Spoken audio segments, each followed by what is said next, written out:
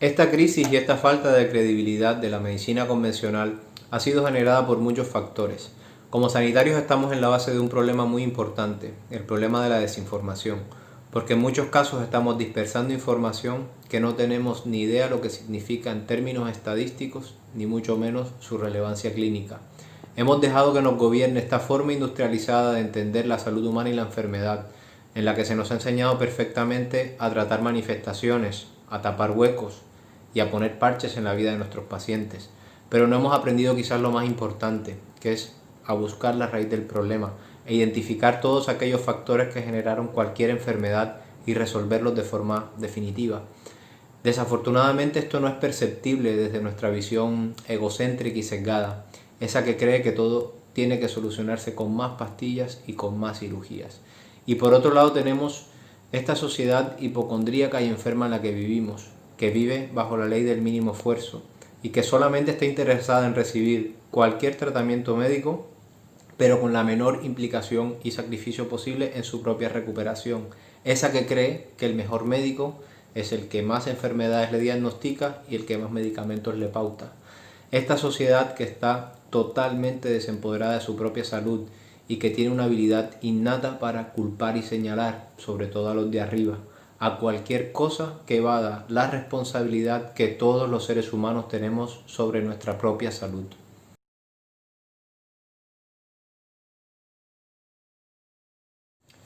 Hola a todos, mi nombre es Carlos Hernández, soy médico y cirujano cardíaco, pero por encima de todo me considero médico. Sé que para muchos es extraño y hasta gracioso verme en esta situación y lo entiendo perfectamente porque lo es para mí también. Al no ser una persona de redes sociales, esto se te convierte en un mundo nuevo, en una aventura absolutamente desconocida. Pero bueno, todos sabemos que en estos momentos quizás no hay mejor forma de transmitir un mensaje. Después de muchas conversaciones con colegas y allegados que me sugerían, oye Carlos, ¿tú por qué no hablas de estas cosas públicamente? Y yo inventándome mil excusas para no hacerlo, principalmente por miedo a ser señalado por mis propios colegas. Pero nuestra situación actual, la perspectiva de lo que se viene y las recientes declaraciones de los colegios de médicos en España, los cuales amenazan con abrir expedientes legales a todos aquellos colegas que tengan una visión diferente, una visión distinta de entender la realidad que estamos viviendo, eso quizás me ha dado el último empujón para compartir este contenido. Yo no soy negacionista, punto número uno, y no pienso sacar pecho por ellos, pero lo que sí me molesta profundamente de esta situación es que desde cuando en medicina, desde cuando en la ciencia no se puede discutir, desde cuando en la ciencia no se puede argumentar, desde cuando en la ciencia no se puede tener una visión diferente de entender una realidad.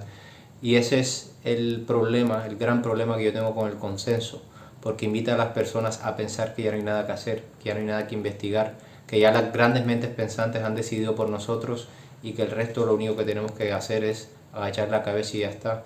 Es un tipo de intimidación intelectual que te hace pensar cómo piensan los demás. Creo que ha llegado el momento de tener una conversación profunda en el seno de nuestra profesión, sin señalamientos. Creo que hay muchas cosas en medicina que deberían ser reevaluadas y que deberían ser reestructuradas. Antes de continuar con el mensaje que quiero transmitir, quiero dejar claro lo que no es y lo que no estoy buscando con este contenido. Primero que todo, yo no soy ningún sabio, no soy ningún erudito y no pienso sabérmelas todas. De hecho, estoy abierto a cualquier tipo de rectificación de mis palabras en caso de que así fuese necesario. Pero sí hay ciertas características de mí que me gustaría resaltar, y es que me encanta leer, me encanta investigar, y por encima de todo, y quizás lo que me diferencia de otras personas, es que me encanta leer, conversar e investigar sobre personas que piensan distinto a mí, que tienen una visión diferente de la que yo tengo. Esa característica quizás me hace tener una visión un poco más panorámica, un poco más amplia en el entendimiento de muchas cosas que pasan en medicina. Yo no voy a hablar del COVID, porque todos sabemos que este mundo está repentinamente rebosado de nuevos epidemiólogos y creo que como sociedad ya estamos cansados de esta situación. Pero sí pienso utilizar ejemplos de nuestra situación actual para contextualizar cómo nuestro paradigma médico se ha quedado absolutamente obsoleto en el entendimiento de la gran mayoría de las patologías que afectan nuestro bienestar. Este contenido está dirigido a cualquier persona que quiera despertar su curiosidad y que quiera ver la otra cara de la moneda del conocimiento médico, que generalmente no es el que aparece en los principales medios de comunicación.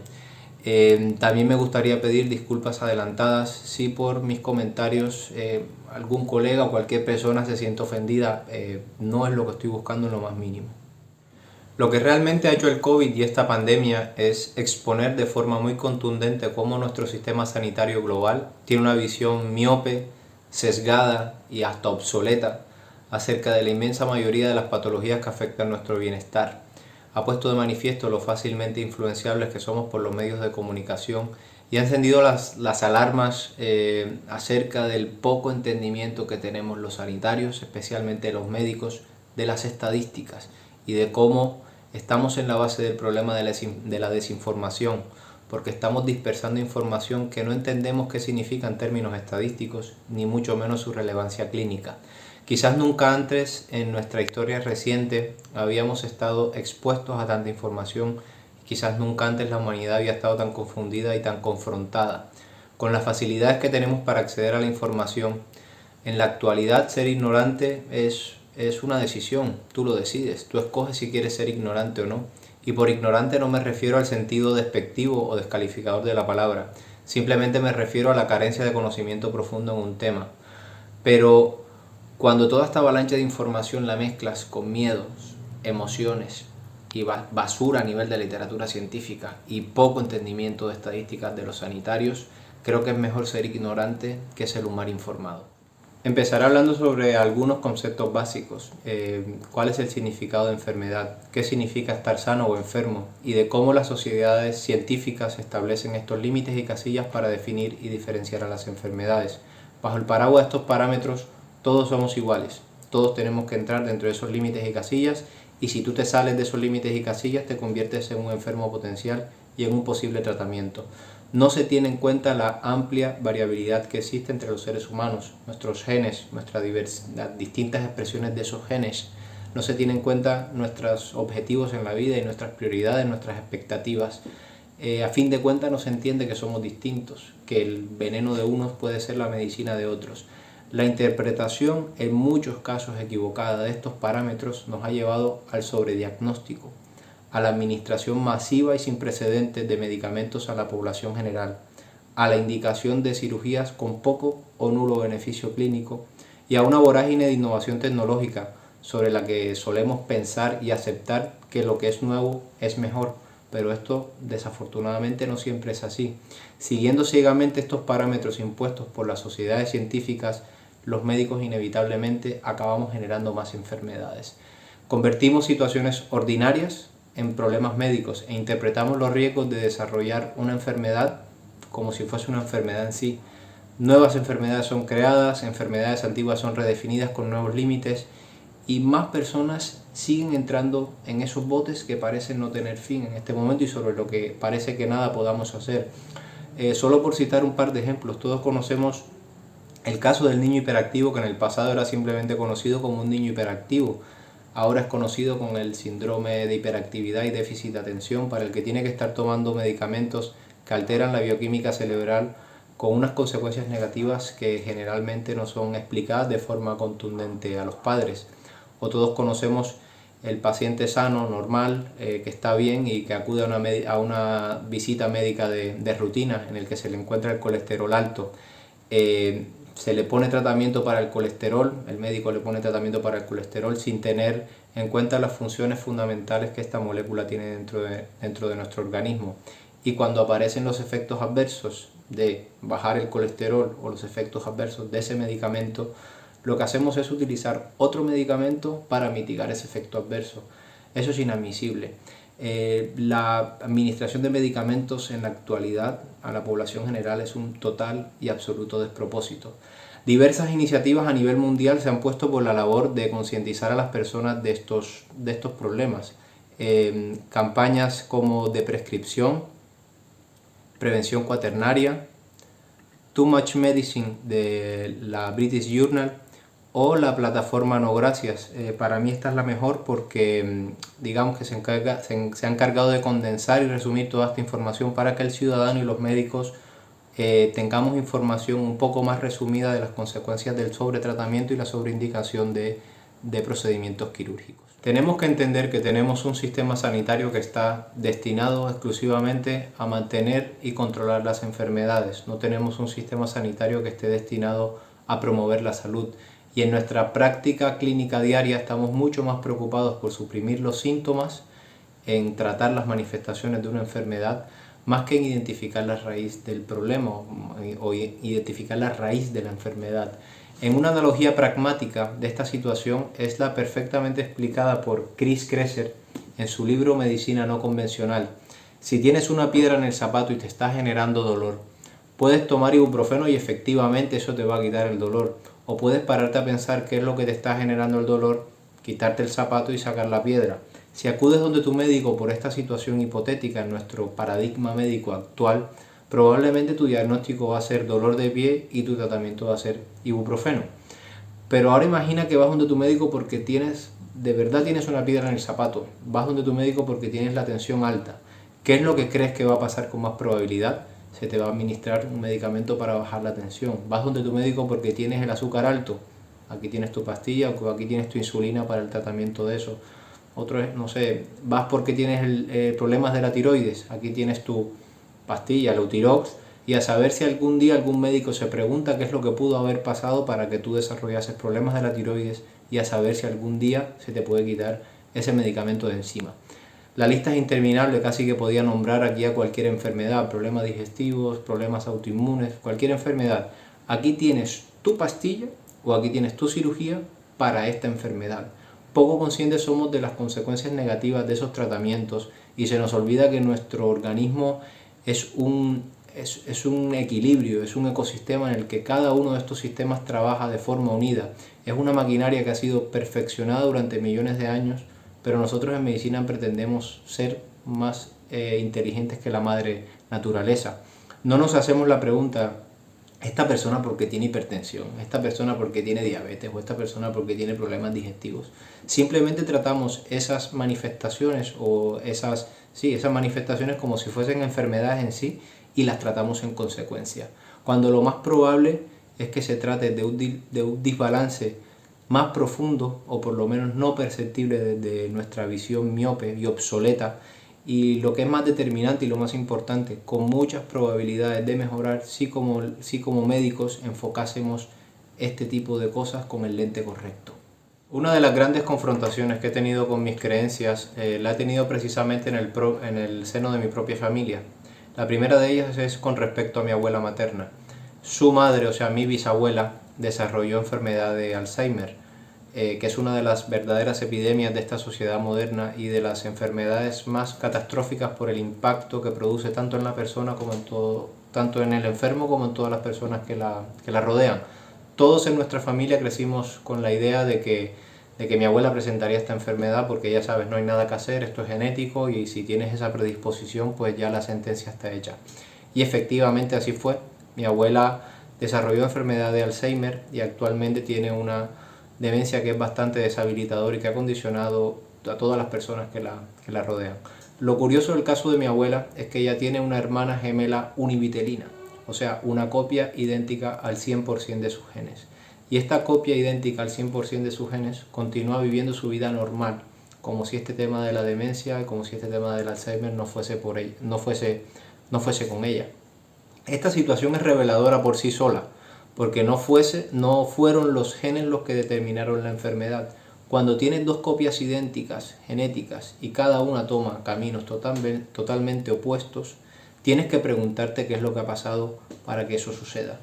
Y la respuesta es que somos más que nuestros genes. En la inmensa mayoría de las personas que sufren de alguna enfermedad crónica, no es la genética lo que determina la enfermedad, es la relación que tienen tus genes con los factores ambientales o con los factores externos, lo que hoy conocemos como exposoma.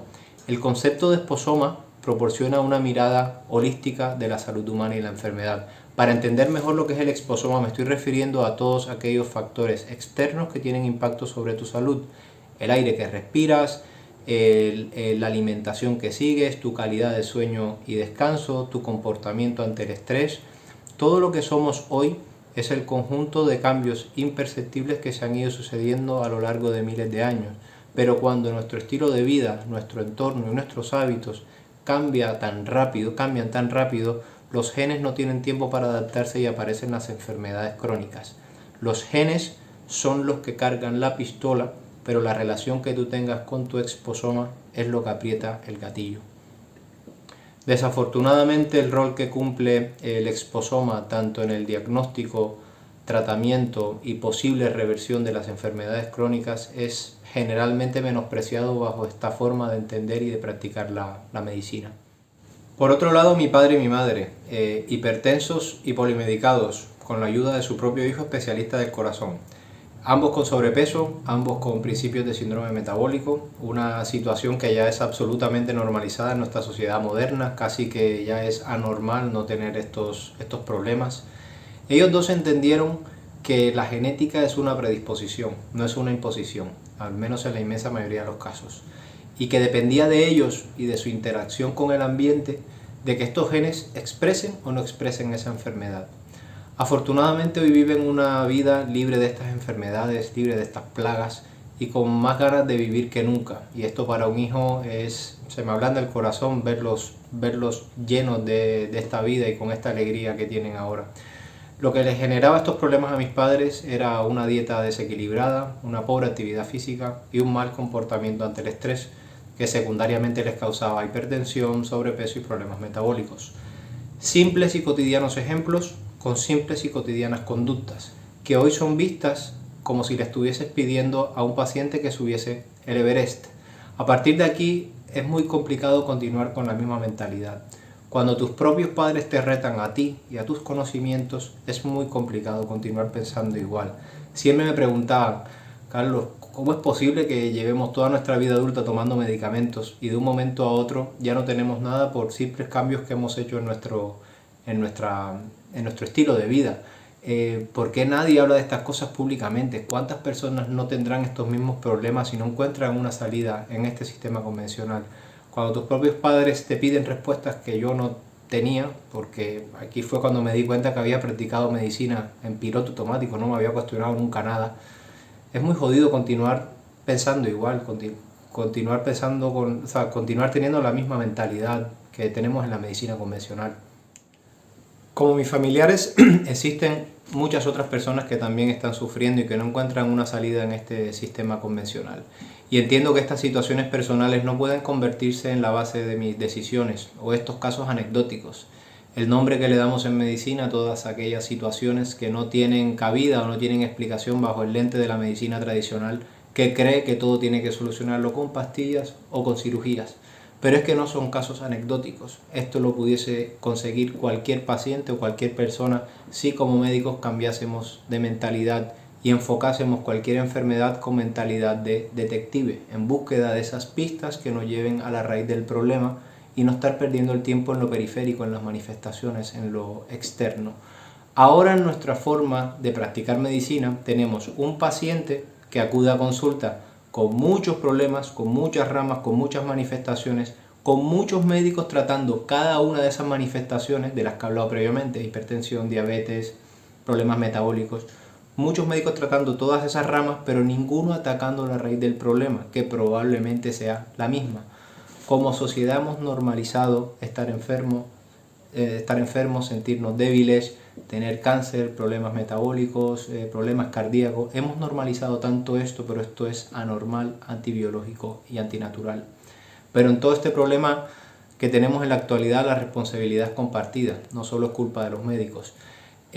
Como médicos tendemos a tomar el camino de menor resistencia, el camino más fácil. Pautar un medicamento o indicar una cirugía es mucho más fácil que implicarse con el paciente, explicarle las características de su enfermedad y promover activamente conductas que generen cambios duraderos en las personas.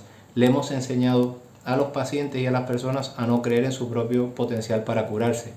Y por otro lado tenemos esta sociedad enferma e hipocondríaca en la que vivimos, que cree que cuanto más es mejor. Tenemos la suposición generalizada que el mejor médico es el que más enfermedades te diagnostica, el que más tratamientos te pauta, el que más cirugías te sugiere o el que más pruebas diagnósticas te solicita. Un ejemplo claro de esta situación es lo que sucede con estas pruebas de cribado para la detección precoz de la gran mayoría de los cánceres. Estas pruebas que se realizan a la población sana y asintomática para detectar en sus estadios más precoces los cánceres. Esto, que en principio era una iniciativa magnífica y formidable, pues los resultados globales de estas conductas no son como la gente lo suele pensar o como los sanitarios suelen verlo. Diversos estudios a lo largo de los últimos 15-20 años han demostrado que esto no sirve para nada, solo sirve para mantener al médico ocupado y al paciente con esa falsa sensación de seguridad. Y entiendo que puede sonar de locos y es contraintuitivo pensar que diagnosticar precoz un cáncer es malo, pero porque todos tenemos esa imagen en nuestra mente de alguna persona de nuestro entorno que se ha podido salvar por detectar precoz un cáncer. Pero esto es el problema de no ver la foto ampliada de la situación. La mejor forma de ver esto es con una gráfica. Esta gráfica la he extraído de la organización Cochrane, que es probablemente la organización de mayor prestigio a nivel mundial. Se encarga de condensar los datos y darnos estos gráficos para que sean mucho más entendibles para la población general y los médicos. En este caso, para la detección precoz del cáncer de próstata se utiliza el PSA. Si comparas dos grupos, a un grupo no le haces nada, no haces esta prueba anualmente, y a otro grupo sí lo haces, te das cuenta que al cabo de 11 años mueren la misma cantidad de personas por cáncer de próstata y la misma cantidad de personas mueren por otras causas. Y lo que ha pasado aquí es que no se ha medido, no se ha visto la otra cara de la moneda, que es la cantidad de falsos positivos, o sea, la cantidad de personas que tú diagnosticas con cáncer, que en realidad no lo tienen, y la cantidad de tratamientos innecesarios que realizas. Lo mismo sucede con el cáncer de mama y la realización de mamografías anuales a las mujeres mayores de 50 años. Los resultados a 10 años de seguimiento en el grupo que no haces nada, no le hacen ninguna prueba, mueren 5 personas, y en el grupo en el que se hace el screening mueren 4. La diferencia de una sola persona que muere en 10 años de seguimiento.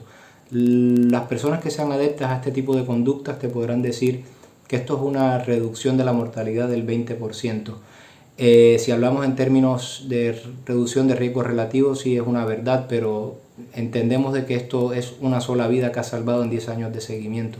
Hay dos formas de decir una verdad, pero a mí la forma más cruda de decir, para mí la forma más cruda de decirlo es que es necesario que 1000 mujeres se realicen mamografías anuales durante 10 años para salvar una sola vida, lo cual no es costo beneficioso y no tiene ningún sentido hacer.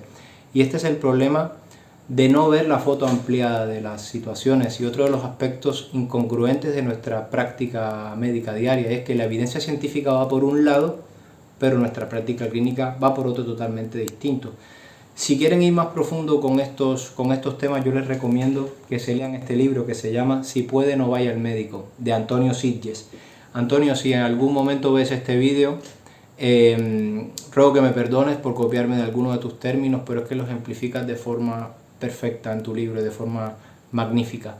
Y ruego a las personas que no me confundan.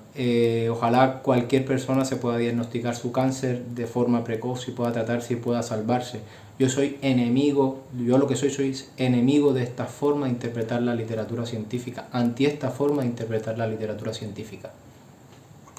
Y es esta forma errónea y sesgada de interpretar la literatura científica la que ha afectado la salud de la población tan profunda y directamente, ya sea por triquiñuelas estadísticas de las cuales no estamos siendo conscientes, o por nuestra inhabilidad como sanitarios para reconocer o diferenciar lo que es estadísticamente significativo de lo que es clínicamente relevante. Este es quizás el aspecto que más me ha frenado para hablar públicamente de estas cosas en los últimos años, el que más ha alimentado mi desconformidad con el sistema y el que más me ha generado esa sensación de desilusión y desconformidad con lo que está pasando. Dado que yo no me considero especialmente dotado intelectualmente, yo simplemente soy médico de vocación, y que mis conocimientos de estadística son bastante, pero bastante mediocres, me parecía demasiado surrealista pensar que colegas más capacitados que yo, con más conocimientos que yo, con mucha más experiencia que yo, fuesen incapaces de reconocer estos problemas y de ver este asunto con mucha más claridad. La mejor forma de ver esto también es con una gráfica. Lo que realmente está pasando es lo siguiente, y voy a poner este ejemplo para que entiendan cómo las estadísticas pueden ser bastante engañosas. Aparece un nuevo estudio publicado en una revista de alto impacto médico que dice que un nuevo medicamento para el tratamiento del COVID disminuye la mortalidad por esta enfermedad en un 50%. Lo que se viene a la mente de cualquier persona, incluidos los sanitarios, es que se ha hecho un estudio clínico en el que se han comparado dos grupos de población. En un grupo de población has administrado medicamentos y en otro no. Y por ejemplo, a 30 días puedes medir las diferencias de mortalidades o de algún evento adverso, en este caso he utilizado la mortalidad, y puedes ver qué es lo que ha pasado en cada uno de estos grupos. En este ejemplo hipotético vemos que la diferencia ha sido bastante dramática, de un 50%. Aquí sí que puedes afirmar que esto es una reducción. La diferencia que existe entre un 25 y un 75% es de un 50%. Esto es una reducción clara de la mortalidad. Pero desafortunadamente esta no es la realidad y no tiene nada que ver con lo que estamos viviendo. Esas super reducciones que tú ves en las gráficas de los estudios clínicos, esas que ven tan magníficas y con tanta relevancia, son mucho más pequeñas de lo que tú te puedes imaginar. Voy a citar el mismo ejemplo. Por un lado tienes el grupo de control o de placebo que no has administrado este supuesto medicamento, y por otro lado tienes el grupo de tratamiento al que hacías administrar medicamentos. Haces lo mismo. A los 30 días mides la mortalidad que ha existido en ambos grupos y te das cuenta que en el grupo en el que no has administrado tratamiento han muerto 2 personas, y en el grupo en el que sí, una sola persona. Es la diferencia de una sola persona. O sea que 100 personas han tenido que tomar este medicamento para que una sola persona se pueda salvar. Esto es una reducción absoluta del riesgo de morir de un 1%, pero como 1 es el 50% de 2, esto las grandes compañías farmacéuticas te lo venden como una reducción del 50% de la mortalidad, y esto es lo que aparece en las portadas de los grandes estudios clínicos, las portadas de las revistas médicas, y es lo que aparece en los telediarios, y nosotros no estamos siendo conscientes de este gran engaño estadístico. Voy a plantear esta misma pregunta de otra forma para que la puedan entender mejor. ¿Cuál de estos medicamentos preferirías recibir en caso de encontrarte enfermo por COVID? ¿Un medicamento que te reduce el riesgo de morir en un 50%? ¿Un medicamento que evita una muerte por cada 100 personas que lo consumen? ¿O un medicamento que reduce la mortalidad en un solo 1%? La gran mayoría de las personas probablemente escogerá la primera, y esta es precisamente la forma que utilizan las grandes compañías para deslumbrarnos, pero yo lo que estoy haciendo es decir lo mismo de 3 formas distintas. Por eso es que las estadísticas son bastante engañosas y nosotros tenemos que tener más conocimiento de esto. Siempre que un estudio clínico te presente sus resultados, sus buenos resultados, en forma de riesgo relativo, esto es solo otra forma de mentir. No es por regla general, pero debemos ser conscientes de que si nos están mostrando sus buenos resultados de esta forma, tiene que haber otra forma de analizarlo, y que tenemos que ser conscientes para no caer en estos errores. Si tu médico te sugiere que tienes que tomarte un medicamento para disminuir el riesgo de que un evento adverso se presente en tu vida, es bastante probable de que haya sido víctima de la incapacidad del médico para diferenciar lo que es un riesgo relativo y un riesgo absoluto.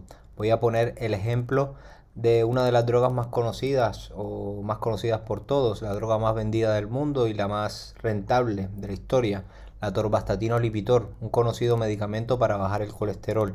Este medicamento dice en sus reseñas o en su portada de que disminuye el riesgo de sufrir infartos en un 36%.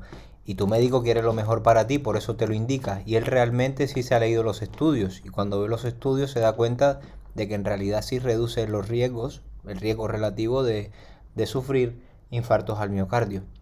Pero cuando vas a las gráficas de este mismo estudio, te das cuenta que no existe esa gran super reducción que ellos te están mostrando en el estudio. Por eso yo soy fan de ver los estudios clínicos de esta forma, para que te hagas una imagen mucho más global y mucho más pragmática de lo que está pasando. Como te puedes dar cuenta, los resultados o las diferencias en los dos grupos de tratamiento son casi que insignificantes. Los números reales de este mismo estudio son los siguientes. En la atorvastatina se presentaron 1.9%, en 1.9% de los pacientes tuvieron ataques cardíacos. En el otro grupo de control, el del placebo, 3% tuvieran ataques cardíacos, lo que significa, a grosso modo, que es una reducción absoluta del riesgo de tener infartos cardíacos de 1.1%. Esto es incontestable, pero las compañías farmacéuticas te venden, y esto es lo que aparece en las portadas de todas las revistas médicas, una reducción del riesgo relativo de tener infartos de un 36%, lo cual es un gran engaño estadístico porque no es la realidad, no es el verdadero beneficio del tratamiento. Y te preguntarás de dónde sale esto, ese 36%.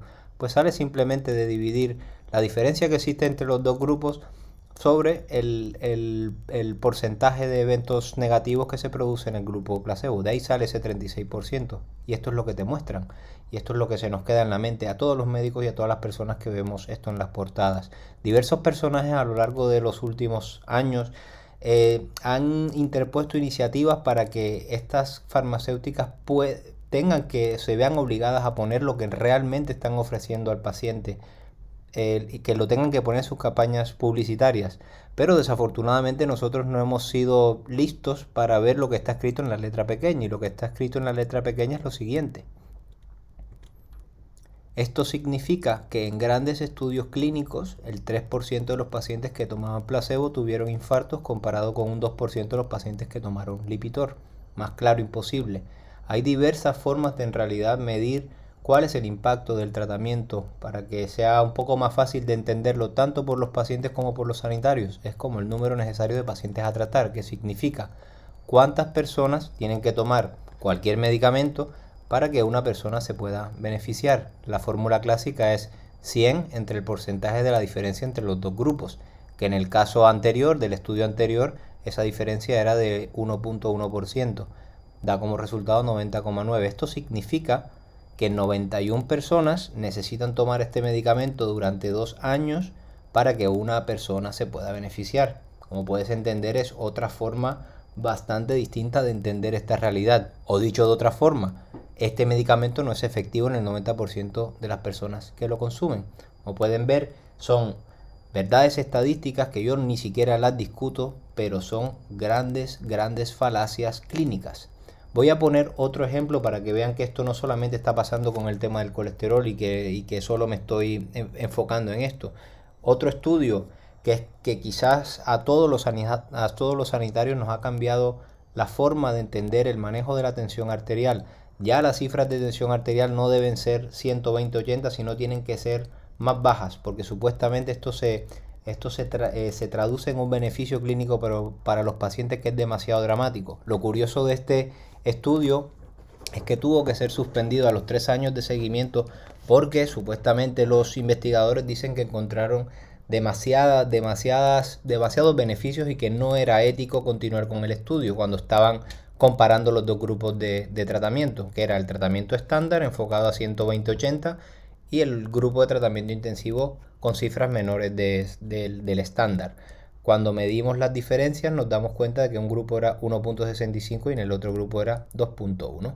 Vamos ahora a ver el verdadero beneficio, a resumirlo, a hacer el mismo ejercicio que hicimos anteriormente. El tratamiento estándar, se presentaron eventos negativos en 2.19% de los pacientes, en el tratamiento intensivo 1.65%, lo que significa que es una reducción relativa del riesgo, y esto es lo que te vende el estudio y lo que te vende la farmacéutica. Es una verdad estadística, pero es una gran mentira clínica, porque el verdadero beneficio de este tratamiento es solo 0.64%, que es la reducción absoluta del riesgo, como lo puedes ver. Y si te vas al otro parámetro, ya casi que no te dan ganas de hacer nada. O sea, 185 personas tienen que tomar un medicamento durante 3 años para que una persona se pueda beneficiar, para que una persona no tenga un evento adverso. Esto no dan ganas de hacer. Cuando lo ves de esta forma, evidentemente ves que no es necesario administrar, no es necesario hacer esa conducta. Y si vas a otras partes del estudio te das cuenta de que ellos mismos hacen reseñas que ni siquiera nosotros estamos viendo, que es que han tenido, por hacer ese tratamiento intensivo, una alta incidencia de efectos adversos como hipotensión, síncopes, problemas renales y desequilibrios hidroelectrolíticos. Esto te invita a otra reflexión. ¿Por qué nosotros estamos tan empecinados en que tenemos que disminuir los riesgos de presentar un evento adverso de un solo sistema, pero no estamos midiendo lo que está pasando en otra parte de nuestro cuerpo? Y ese es el problema que estamos teniendo en la medicina, que estamos tan focalizados en una parte, pero no estamos viendo toda la foto ampliada del problema. No entendemos que nuestro organismo es una mesa de billar en la que tú tocas una bola y puedes estar afectando otra. Bueno, en conclusión, esta interpretación errónea de la evidencia científica, a mi entender, ha sido condicionada por varios factores. Entre ellos es que durante nuestra formación como sanitarios no se nos enseña de forma correcta a entender estadísticas, no se nos enseña a tener en mente esas diferencias que hay entre el riesgo relativo y el riesgo absoluto, y tampoco se nos enseña a tener en mente las medidas de alto impacto de los tratamientos que vamos a pautar, como el número necesario de pacientes a tratar o el porcentaje de tratamientos inútiles. También no se nos enseña a tener una actitud crítica y a tener la viveza para ver que cuando un estudio te está mostrando resultados magníficos por un lado, es probable que esté afectando de forma secundaria otra parte de nuestro cuerpo que generalmente no está midiendo, y nosotros tenemos que tener la viveza para voltear nuestra cabeza y ver hacia esa zona también. El otro aspecto que también es un problema es que nosotros como sanitarios tendemos a darle más importancia a todos los estudios clínicos que son publicados solo en las revistas de alto impacto, que es precisamente allí donde las grandes corporaciones y las farmacéuticas ponen sus grandes estudios, como los que he mostrado previamente. No tendemos a darle importancia a todos aquellos estudios que son publicados de forma independiente en revistas de menor impacto, porque no tienen, los que son independientes no tienen ese apoyo económico para poner sus estudios ahí arriba, y nosotros tenemos que aprender de que esto también nos puede ayudar, ver esa parte de esos estudios que generalmente es nuestra práctica clínica diaria, nuestra realidad clínica diaria. Tenemos que aprender a ver eso también. Y lo otro es el problema que tenemos con la P estadística o con la significancia estadística. Cada vez que escuchamos que un estudio tiene resultados estadísticamente significativos y tiene miles de pacientes, creemos que eso lo hace más verdadero. Casi que nos ponemos una venda en los ojos porque tiene miles de pacientes y tiene resultados estadísticamente significativos. El que tenga miles de pacientes no lo hace más verdadero.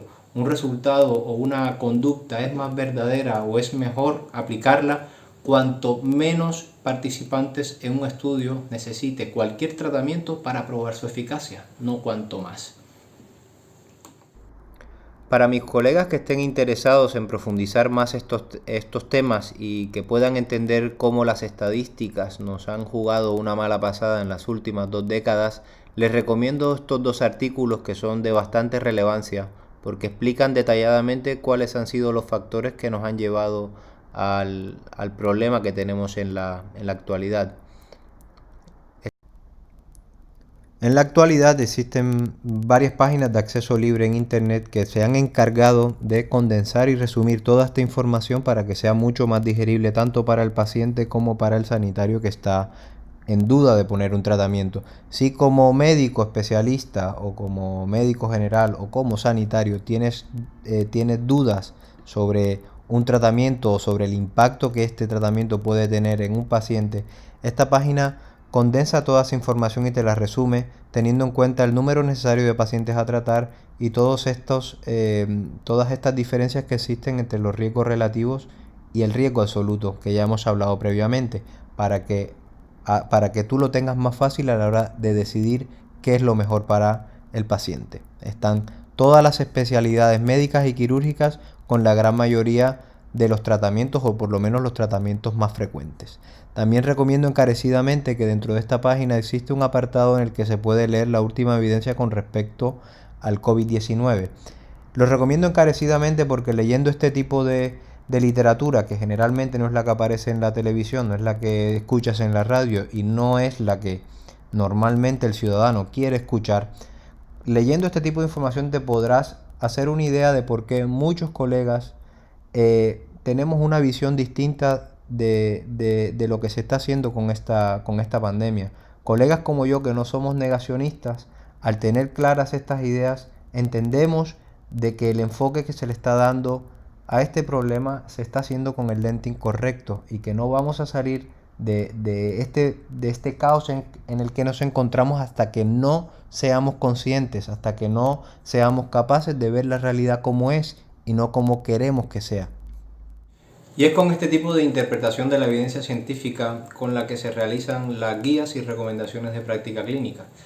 Y es por eso que yo tengo un gran problema con el consenso y con los comités de expertos, porque en algunos casos es como el ejemplo de yo estoy mirando al cielo y yo estoy viendo que el cielo es azul, pero en algunos casos los comités de expertos me están diciendo que es amarillo, que el que lo estoy viendo mal soy yo, que el loco soy yo. Entonces te convierte en un duelo personal y moral difícil de llevar. El no entender todas estas cosas ha hecho de que gran parte del conocimiento médico que tenemos en la actualidad haya sido nefastamente influenciado por las grandes corporaciones y las farmacéuticas. Cada vez que hay intereses de las sociedades científicas, intereses personales, el paciente inevitablemente deja de ser lo más importante y pierde pureza la forma de entender la salud humana. Hemos dejado que la ciencia y la medicina tomen caminos totalmente opuestos. La ciencia, cuando está bien hecha, es lenta, es imperfecta, es confusa. Para la muestra de lo que tenemos ahora con el COVID, que queremos respuestas y soluciones inmediatas, pero no las podemos tener porque la ciencia es así. Tenemos múltiples ejemplos a lo largo de la historia. Antes pensábamos que sangrar a los pacientes era bueno, que darles mercurio les solucionaba muchos problemas, o estos científicos que fueron tildados de locos cuando dijeron que la gastritis era producida por una bacteria. Y esto pasa con la ciencia, es confusa, es polémica, es contradictoria y no pasa nada. Aprendemos de lo anterior, nos situamos y continuamos adelante. El problema que tenemos en la actualidad es que todo ese cambio y toda esa transición que tiene que hacerse se está haciendo demasiado lento por todos los intereses que hay detrás. Lo que hemos aprendido en los últimos 15 años es impresionante, pero el problema es que continuamos actuando con la medicina de hace 50 años. Voy a poner de nuevo el ejemplo del colesterol porque creo que es ese ejemplo, y sé que es redundar en lo mismo, pero creo que es ese ejemplo que dentro de 15 años vamos a mirar hacia atrás y vamos a decir cómo es posible que esto lo pudiésemos haber hecho. Aún gran parte de los médicos, más 95% de los médicos, aún tiene la idea de los médicos y de la población general. Tiene esa imagen del colesterol metida en la cabeza como esa molécula diabólica y dañina que se te mete en las arterias y te produce los infartos. Nos han dicho por más de 50 años que teníamos que tener el colesterol lo más bajo posible porque supuestamente eso se traducía en mejor salud y menor tasa de infartos. Pues resulta que todas esas teorías han sido categóricamente refutadas en el transcurso de los últimos 15 o 20 años por estudios mejor planteados y mejor diseñados que los estudios sobre los cuales esas hipótesis fueron construidas. El colesterol tiene múltiples funciones fundamentales dentro de nuestro cuerpo. Sencillamente sin colesterol no es posible la vida. Nuestro cuerpo produce el 75% del colesterol que tenemos en la sangre, no es el que te comes con las comidas. Tener alto el colesterol es solo un número, es un marcador, es una señal y puede estar alto por una cantidad abrumadora de situaciones. Resumidas, primera es la genética, que ahí sí estas personas se pueden beneficiar del tratamiento con estos medicamentos llamados estatinas, pero no nos pueden estar vendiendo que todos los demás también. El segundo caso es el que se eleva de forma secundaria, como lo que sucede con los pacientes que tienen problemas de la tiroides, que el 90% tiene el colesterol alto, pero no es porque sea el colesterol la causa, sino se eleva por otro mecanismo secundario. También las personas que son diabéticas o las personas que tienen resistencia a la insulina, entre otros procesos. También puede estar alto sin que eso suponga ningún problema, como lo que sucede en las personas que son grandes atletas, que tienen procesos de reparación celular elevado y como el colesterol hace parte de las membranas celulares, pues el colesterol se eleva de forma secundaria. Pero no, en medicina hemos decidido meter a todos en el mismo saco y creer que todos que tienen el colesterol alto necesita ser bajado sin tener en cuenta que existen estas grandes diferencias. Depende de nosotros mismos como sanitarios determinar qué persona está en riesgo, analizar de forma correcta estos análisis clínicos y determinar qué paciente está en riesgo de verdad y qué paciente no. En esta forma de practicar medicina nos han enseñado perfectamente a tratar números. Hemos definido la salud de la población basándonos en estas casillas. Y yo me pregunto, ¿qué mejor parámetro para definir la salud de una persona que asegurarte o preguntar preguntarle al paciente si esa persona se siente feliz, si está llena de vida, si descansa por las noches, si se siente mental y físicamente activo. Pero no, si tú acudes donde tu médico puedes sentirte todo lo feliz y lleno de vida. Si te encuentra el colesterol alto, te va a poner el medicamento para bajarte el colesterol. E incluso si en exámenes sucesivos se te encuentra el colesterol bajo, te va a continuar poniendo el medicamento para bajar el colesterol, porque todos los médicos vamos a hacer un copia y pega y vas a seguir siendo hipercolesterolemia para el resto de tu vida. He puesto este ejemplo para que puedas entender cómo desde el desconocimiento profundo de los mecanismos o de la fisiología de una molécula se puede crear todo este entramado que la agroindustria y las farmacéuticas van a querer aguantar el mayor tiempo posible. Durante mucho tiempo hemos entendido la salud humana con algunos conceptos erróneos y manipulados. Esto nos ha llevado quizás al peor fracaso de la salud pública de la historia, en el que el desarrollo de alguna enfermedad crónica a lo largo de tu vida parece ineludible. A nadie ya le interesa que tú estés sano, lo que interesa en realidad es que vivas mucho tiempo a costa de consumir muchos medicamentos. Pero el ciudadano se siente amparado por este sistema sanitario y es un círculo muy difícil de abordar. Pacientes y médicos vivimos en una sociedad que está siempre de urgencia, en la que la gratificación instantánea es el eje. Todos los problemas los queremos resueltos con una pastilla y los queremos resueltos ya, sin tener en cuenta que todos los escalones que ha tenido que tener una enfermedad para subir donde está ahora son los mismos escalones que esa enfermedad necesita bajar para llegar a la normalidad. Aquí no hay atajos. Eso nos ha llevado a una epidemia o a una pandemia de sanitarios o médicos con el síndrome de lo sé todo. Por un lado tenemos la imagen del médico omnipotente, autoritario, que lo sabe todo, y por otro lado tenemos la imagen del paciente súbdito o subordinado, que solamente está interesado en recibir un tratamiento con la menor implicación posible. Si el paciente quiere respuestas rápidas y soluciones inmediatas, se encuentra con un médico sabelotodo que le ofrece el atajo, la salida fácil, la cirugía revolucionaria, la pastilla milagrosa, la prueba definitiva, cualquier cosa que le quite la responsabilidad al paciente de su propia salud. Bueno, antes de terminar con esta presentación, no me gustaría acabarla sin mencionar o hablar de cómo nuestros sesgos y cómo nuestros miedos nos impiden ver la foto ampliada de este problema y la otra cara de la moneda. Nuestros sesgos son en realidad lo que determina cómo procesamos e interpretamos la información. Existe una lista innumerable de sesgos, los cuales nos pueden hacer magnificar o reducir la importancia a cualquier información que es presentada a nuestro cerebro. Incluso nos puede hacer focalizarnos en información que es absolutamente irrelevante. Son tendencias o comportamientos psicológicos los cuales nos condicionan a la hora de interpretar nuestra realidad actual y la evidencia científica. Y por norma general, cuanto menos consciente eres de la existencia de estos sesgos es porque estás bastante más impregnado de ellos. El primero de estos sesgos es el sesgo de disponibilidad. Es la tendencia psicológica a pensar en las cosas que tenemos a disposición inmediata en nuestra mente. Si preguntásemos cuál es el animal que produce más muertes en el mundo, nuestra mente no se va a ir a evaluar cada uno de esos animales por separado y entregarnos una respuesta en media hora. Se va a ir directamente a lo que tiene a disposición inmediata en nuestra mente o a lo que percibe como más peligroso. Probablemente la gran mayoría de las personas pensarán en un león, en un tigre, en un oso, en un tiburón, cuando el animal que produce más muertes en realidad es el mosquito. Tenemos a dar respuestas de lo que tenemos inmediatamente en nuestra mente.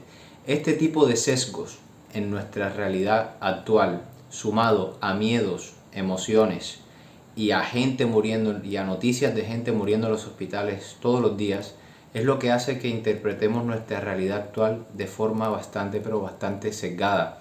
Si preguntásemos cuál es la enfermedad que produce más muertes de la actualidad, todos sabríamos cuál va a ser la respuesta por defecto, cuando en realidad existen muchas otras enfermedades que producen más muertes de forma más lenta y de forma más dolorosa que el COVID.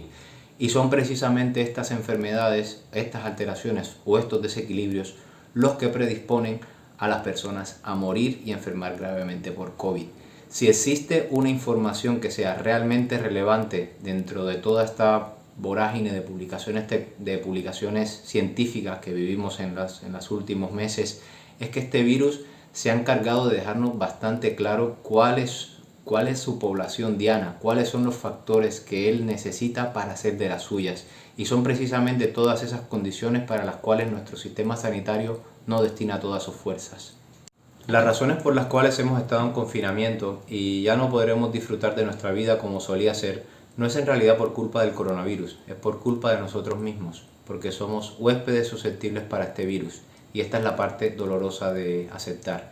Vivimos en una sociedad que está profundamente enferma, física y mentalmente. Estamos totalmente desempoderados de nuestra salud y tenemos una habilidad innata para situar la responsabilidad por fuera de nosotros mismos y para culpar, sobre todo, a los de arriba, a los presidentes, a los consejeros de salud, a los ministros, a Bill Gates, a la 5G. ¿Dónde está la responsabilidad de la persona que se ha estado fumando 2 paquetes de cigarrillo todos los días? ¿Dónde está la responsabilidad de la persona que se ha autogenerado obesidad y diabetes? ¿Significa que yo no voy a tener una cama de cuidados intensivos si me enfermo gravemente o tengo un accidente de tráfico? Porque esa cama está probablemente ocupada por un paciente que posiblemente, entre comillas, haya estado metiéndose puñales toda su vida. ¿Por qué a esta persona no la señalamos? ¿Por qué tiene que ser el personal sanitario que se exponga a tener cuidado por una persona que ella misma no ha tenido ningún cuidado por su vida? Si tuviésemos una sociedad más saludable y tuviésemos menos tolerancia por estos comportamientos, probablemente esto no hubiese sido más que un catarro con el que hubiésemos tenido que tener mucho cuidado con la gente mayor. Y sé que estoy generalizando porque esta enfermedad puede afectar a gente joven, sana y sin enfermedades. Todos hemos visto a personas jóvenes y sanas estar intubados y morir por esta enfermedad. Pero como cualquier otra enfermedad, como muchos otros virus, como muchas otras enfermedades, estoy hablando de riesgos, de predisposiciones y de probabilidades. Si yo mismo me enfermase gravemente por esta enfermedad o mi padre muere por ella, eso no puede alterar la forma de interpretar estos datos. No debemos enfocar nuestra atención en esa pequeña proporción de pacientes, debemos enfocar toda nuestra atención en todas aquellas predisposiciones, todas aquellas enfermedades que predisponen a la gran mayoría de las personas a presentar enfermedades graves y morir por esta enfermedad. Toda la atención se ha puesto en el desarrollo de nuevos medicamentos, de nuevos tratamientos, nuevas vacunas, más respiradores, distanciamiento social, las mascarillas. Y se nos ha olvidado de que si no resolvemos este problema o estas predisposiciones, siempre vamos a tener el mismo problema. El mejor tratamiento y la mejor vacuna es estar metabólicamente sanos para lidiar con este y con cualquier virus.